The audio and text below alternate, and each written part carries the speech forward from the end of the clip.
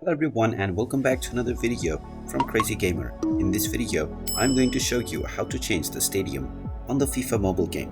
So let's get started right away.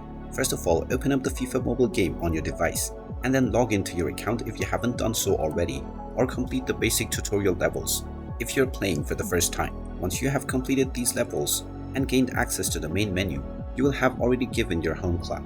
If you go and start any match, apart from the ones that are going on live from the kickoff menu, if the game mode allows you to change the stadium, then you can tap on the home stadium option before you find the play button. From this page, you can choose the stadium where you want to have your current match.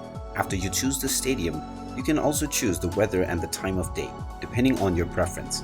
After tapping on the select button and choosing your stadium, you can tap on the play button and the match will begin within your selected stadium right away. And there you have it. That is how easy it is to change the stadium within the FIFA mobile game. If you find this video helpful, make sure you hit that like button and subscribe to our channel if you haven't done so already. Also ring that notification bell to never miss another update from us. Thank you for watching and I will see you again in the next video.